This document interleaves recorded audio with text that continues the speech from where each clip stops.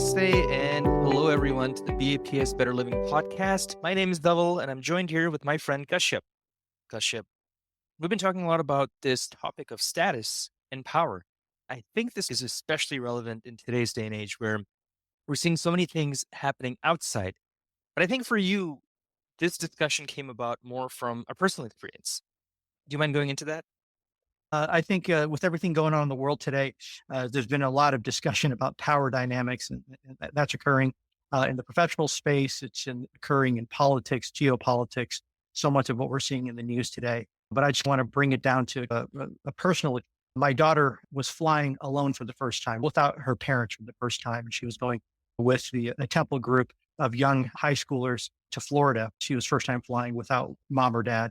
She had an interesting experience with TSA agent going through security, and she was commenting on how rude one of the agents was with her and her friends, how demanding they were, how unyielding they were, how they were inconsistent with the instructions they were giving to them versus the instructions they were giving to others. And it really frustrated her. And she was just talking about how, why is it that some people feel this compulsion to be so stubborn, so unyielding, and so unreasonable based upon the circumstance. And it led to a long conversation that we had about the place of spirituality and how it can help us regulate our approach to other people and power dynamics. And specifically, it was this discussion we had about people that are high power in specific situations. For example, a TSA agent is very powerful in a very specific time and place, right? They're very powerful. They have a high amount of power in security check line at the airport. And that was an interesting conversation that we had about the difference between status and admiration, respect, and power, and how quite often it's really easy to get the two conflated, to think that if you're a high power individual, then you're clearly respected and admired by your peers, by your community. But quite often they're not the same thing.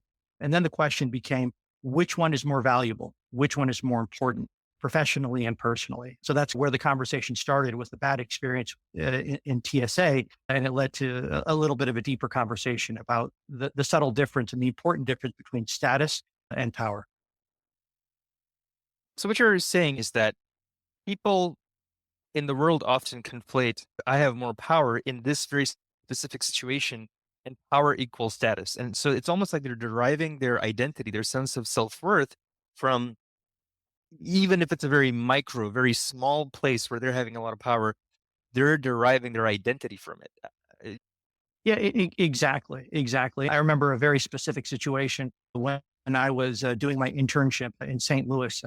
I was my first night on call at the VA hospital, and I was an intern, so a first year resident, and I was with my senior resident. And in the middle of the night, there was a cardiac arrest in the ICU. And we were running to the ICU because the patient had stopped breathing or their heart had stopped. And we had to get there because we were the code team. And one of the custodians, he had just finished waxing the floor of the hallway leading to the ICU. And his responsibility was to wax the floor. And that's what it was. And he was really proud, or had a lot of importance that he placed in waxing the floor. Now, mind you, we had to go through that hallway to get to the ICU, to where the patient was resting. And as we walked into that hallway, he literally physically accosted us and pushed us back and said, "You can't go down this hallway." And my resident really, emotions were already high because we were trying to run to this arrest. And my resident and he got into it face to face, yelling at each other back and forth. And it was a really uncomfortable situation. I just quietly slipped by while they were arguing and got to the ICU to get to the patient to take care of the situation. But the TSA situation reminded me of that situation where the custodian felt so strongly and so powerful in that specific instance of waxing the floors that he refused to let anyone pass through, even though, quite honestly, in that situation, the floors didn't matter because there was someone's life at stake. But it stuck with me. That experience stuck with me. And that was almost 20 years ago. But that experience was what I shared with my daughter, of a situation where you have somebody with power in a very specific situation, but who doesn't have a greater understanding of what else is going on. So it was just a reminder that these kinds of things are going to happen, and how do we regulate our emotions, and how do we manage that? Funny, you talk about the TSA agent and how this whole discussion kind of sprung from that. moment, a TSA agent is meant to make you feel safe. They're meant to make the airport or airline industry a lot more safer and secure. And it's funny that this agent who treated your daughter so badly, they were acting from a place of deep insecurity, if anything. I think from what you're discussing, it's that to get the status, and I might even use another word, reputation, you earn it. And you earn it if you approach your life and other people from a deep sense of security. And if you're much more secure, you don't necessarily need power to validate you. As I think about this idea, where do you think this security might even come from? We've seen a lot of Look, people with who do exude that sense of security, that do exude that sense of centeredness, that sense of wholeness, even if they might not have anything with them. Where do you think that sort of comes from? that's a great question. I think it comes from a place of alignment between your internal values. And I think it's if you can align what's important to you with the work that you're doing, I think it creates a certain sense of security and calmness that'll prevent you from falling into these traps of power where you can be seen as selfish or self centered. I think authenticity goes a long way. And this is why, for me personally, uh, spirituality plays such a foundational role. The idea that spirituality and the concepts of selflessness, of love, of respect, of mutual respect, of having a self awareness that's not just isolated to places of religion. It's not just at the temple on Sundays or when you do your personal prayers at home. It's something that you can apply to all aspects of life. So if you're a student in school and your classmates, I see you as someone that has mastered the material. Yes, you may know the material better than your peers, better than your classmates. But if you're kind and caring and you're willing to help them when they have questions, if you're at work and you're seen as the person that perhaps knows a topic better than anybody else, if you lord that intelligence or that knowledge above everybody's head, you're really not going to earn their admiration and respect. But if you approach it from a place of humility that, hey, I have something that may provide value to you, I think it raises their opinion of you. It also gives you a sense of calmness. And I think that security that you're talking about comes from that, from being your authentic self in all situations, of not having this schism or this dichotomy of, hey, I'm in the free market, I'm in a capitalist system, I'm at work, and I'm going to be an absolute killer, and I'm going to crush my competition, and I'm going to get that promotion. To being, uh, having an Eastern mindset of being very selfless, of being very humble, being very modest. If you can align the two and apply those spiritual teachings to your professional situation, I think it actually lends itself to getting out ahead because authentic ability and authentic kindness will always rise to the top in my situation, from my own experiences. What you're saying is really important because it's so easy to lord over other people, to put other people down because it feeds your sense of accomplishment. But I think from what you're saying, this discussion that we're having between power and status and how hollow just the endless pursuit of power can actually be tells us that it is much more satisfying, much more rewarding to actually be kind along with being competent because you can be the fact is you can never reach perfect competence from what I understand. Like every field is always evolving. Every work that you're ever going to be doing, there's always going to be another edge to try and get to. So to even have this idea that I have mastered, I am the master of this thing is in some ways a fool's errand. It's a silly thing to even believe because you're never the master. There's always another frontier to cross. So I think even the assumption that I am the master, I have insane competence, and therefore I can over other people makes you actually less competent. And it's a paradox in its own sense. So if you treat and you approach not just other people, but your field with humility, with this sense of kindness and this sense of open curiosity, I think you're going to be much more competent from that way as well. So It's funny how the two feed into each other. It's actually a great point that you bring up, Double, because quite often it's thought of, at least in the professional setting, that you need to have a certain level of confidence, and that if you're too modest, if you're too humble, others will actually put you down and get ahead. But I've always found that, and it's something I've always tried to teach my kids, is approach every situation, even if you know, with a certain level of humility, that there's more that you can learn. Every interaction you have, approach with a certain level of humility. In Gujarati, the term is namrata, right? This idea that, let me go into this situation being not subservient, but with a service oriented mindset. How can I help? What can I do? What is it's not about leaving behind this reputation that I was a giant, but what is the legacy of service that I can leave behind once I'm not here? It's extraordinary how, when you approach a situation like that, little by little, other members of your team will look to you for guidance, will look to you for support. They will give you station, they will give you status. When problems arise, when things become hard, they will come looking for you because they know they're going to get no judgment, that they're going to get wisdom, that they're going to get kindness. And that's really what people want. That's really what people want. Everybody's struggling with some level of imposter syndrome. And by being honest about what you know and what you don't know, I think you make it okay. You make it a much safer space. For me, these kinds of values, these kinds of actions have really been displayed amazingly well by so many mentors, so many people in my life. But I think of my guru, Pramukh Swami Maharaj, and Mahant Swami Maharaj, and throughout their lives, throughout their interactions with me, I have seen this time and time again. They lead not with strength, they lead with compassion and a deep well of understanding and knowledge. And because of that, they play a really important role in my life as the role models upon which I base my identity as a father, as a physician, as a coworker, as an employer, as a husband, and as a devotee.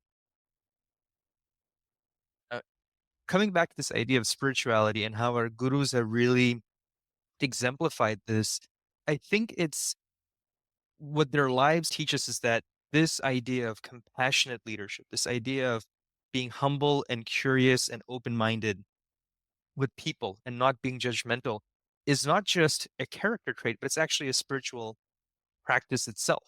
It's not meant to be something you Mm. practice just at the temple, but it's a way for you to live your life. And that is so powerful. Then you talked a lot about this idea of, in the professional context, you have the killers and people who are meant to be doormats. But the research actually tells us that in the short term, sure, these so-called sharks and killers might end up ahead.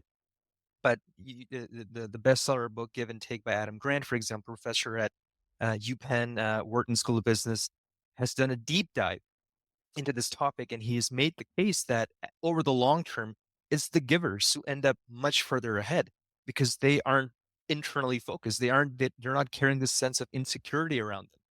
And I think if we take these two ideas together, we're coming up with a whole picture that in some ways you can be a giver, you can be this compassionate leader, someone who's incredibly competent, who's always learning, but is always open to other people.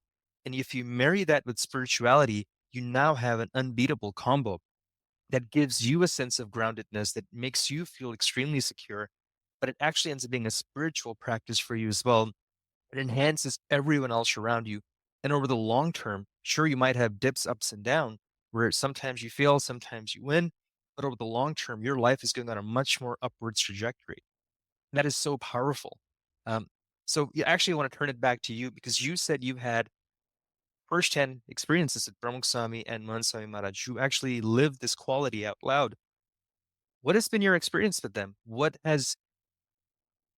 have you felt this? What has it been like to be on the receiving end of someone being a compassionate leader? There are countless experiences, and I think everyone that's ever interacted with someone at that spiritual level will always be changed after those experiences in terms of their love, in terms of their compassion, in terms of their understanding. I remember very clearly it was in 1996, I believe, and I was speaking in front of Pramukh Swami Maharaj in Atlanta, Georgia, and I was giving a prepared speech on a specific scripture. And Pramukh Swami Maharaj had spent that summer with youth throughout North America. And he had been talking to us about studying hard, focusing on ourselves, focusing on academics, avoiding things that will distract us in terms of too much television, watching too many bad movies, and there's things just that are not constructive. And I thought I finished speaking. Pramukh was pleased and gave me. And then someone in the back of the room spoke up and said, "Oh, he's a really great student and he's a good speaker, but he loves to watch movies. He loves to watch movies. Give him a vow today that he will never watch movies anymore." Now, mind you, I was having this moment of elation that, oh, my guru, who I trust and respect and love so much, is pleased with my efforts. And now all of a sudden, there was a 180-degree flip because let's just be honest, I really enjoyed going to the movies with my friends. It's something that you do as a teenager. So had a smile on my face, but internally I was just boiling. And I was just, after the session was over, I was going to find that uncle that I'm sure meant well, but was clearly stepping outside of his boundaries.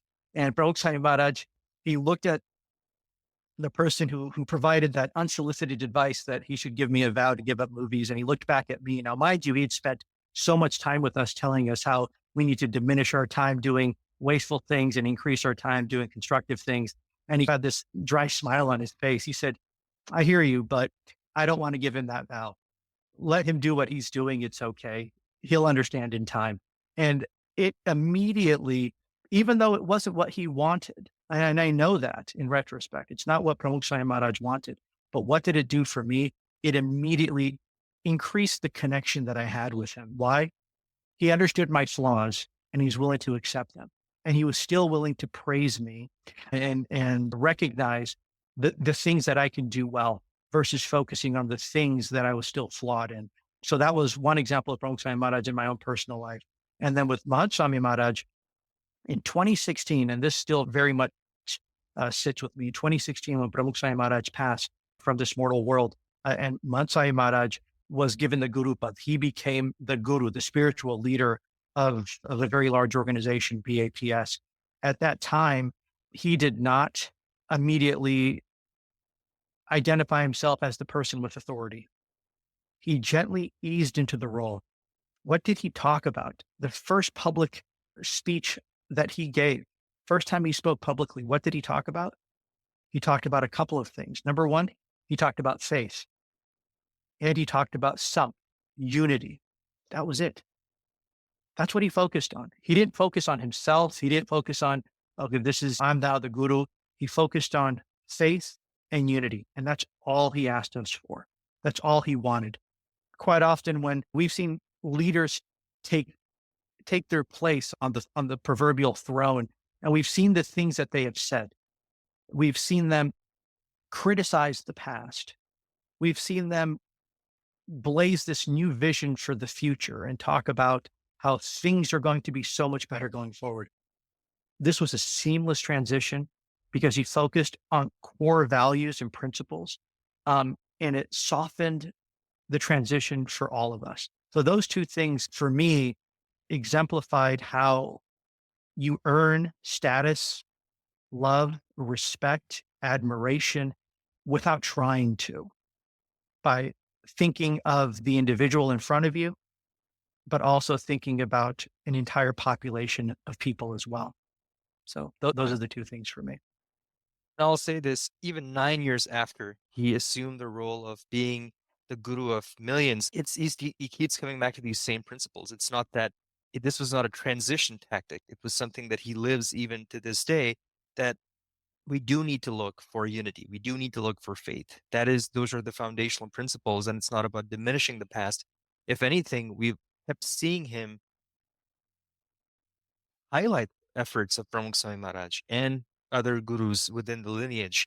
And to this day, he often says that I still don't see myself as the guru. I still don't see myself as the leader. I still see myself ultimately as here to serve you. And I think that's such a powerful way of approaching everything. I've been reflecting a lot on being on the receiving end myself of this type of compassionate leadership. And there's a teaching that he tells me that he lives. And it's this idea that you have to see each and every other person as a divine being.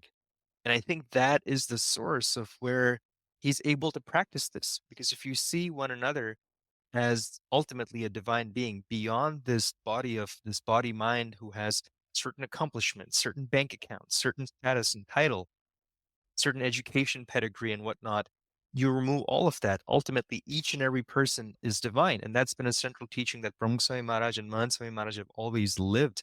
And so when I look at their life, I am inspired to see that in others, not just at the temple, but in my professional life, whoever I interact with, and ultimately see beyond body mind, see beyond their status, see beyond all of those things, and try and look for divine being, that divine source. And when you look for that, there is no distinction. You can't help but be humble.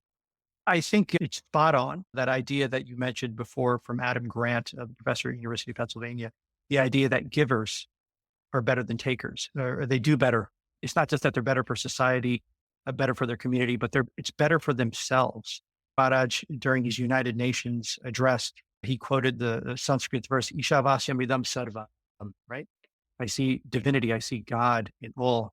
And that belief, it wasn't just an aphorism that he said that sounded good. It was a deep foundational belief of his that led him to care for every single person that he met with, every single person that he interacted with, he listened to. He gave them a moment of his time. He gave them whatever advice or guidance that they needed at that time, regardless of how outlandish or random it would be perceived to us. And I think that they lived by this. He lived by this Sanskrit slok, which is an ancient Hindu belief. And it's something that lives on today. It lived on through him and it lives on through Mahant Swami Maharaj as well.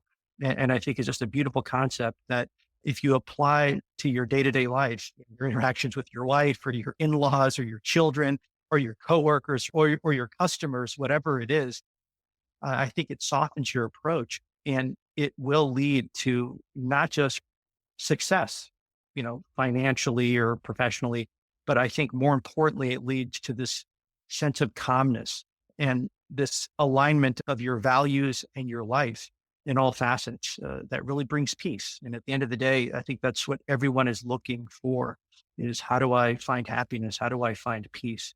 And one of the things I ended my conversation with my daughter with is whenever you do something, think about, is this something I would do even if no one was watching, right? Is this something I would do if no one was watching? And this speaks to the concept of virtue signaling, which unfortunately is very commonplace. Is this something I would do if no one was watching? The answer to that is yes. Then you're living by your values and your ideals. When you interact with people around you, is that interaction providing value to them or are you doing it to gain recognition? And our gurus have shown us time and time again that the things they do, the things they say, it's for the betterment of those around them. It's not anything to create more power for themselves or increase their recognition or standing in society. They always led with kindness and competence. And it's something that I hope to be able to instill in my own life, but also in the lives of my family and the people I love, that when you practice spirituality, it's not just in faith, it's also at work, it's also with relationships, and it's also with an eye towards personal growth. And as we come to the end of this episode, one idea becomes clear is that spirituality is meant to be practical. It's not meant to be something that is exercised just on weekends or at the temple. And I think what this discussion is telling us is that something as simple as how we're showing up at work can be a spiritual practice. And it can be a place for us to experience deeper love, deeper peace, deeper sense of security. You mentioned Pramukh Swami Maharaj's speech at the United Nations. I think there's a more common phrase that we as Hindus use, which is namaste. Namaste literally means I bow to the divine person within you. And as I try and make the lessons of this episode practical for me, one thing that I am going to try and do at the end of or this coming week is mentally at least or silently in my own heart say namaste to every person that I interact with. Because I think a word as simple as that forces me to recognize that I am bowing down to the divine being within them. And it automatically makes me a lot more humble, a lot more open as I try and enrich their lives. Is there something that you're taking away from this conversation that you're going to try and practice in your own life in the coming weeks? I think what you just mentioned in that focus on the good of those around you, I think for me will help turn down the temperature when I get upset, right? There are interactions throughout each of our days, some good, some bad. And quite often, those bad interactions can lead to a negative energy that we feel inside, a negative energy that we portray to the rest of the world. And I think this idea that there are multitudes in all of us who focus on the good will allow us to maintain our own sanity, maintain our own peace, shanti within ourselves. And I think that will lead us to lead more fulfilling and better lives. What a wonderful note to end on. So, thank you everyone for listening in to this episode of the BAPS Better Living podcast. Until next time, namaste.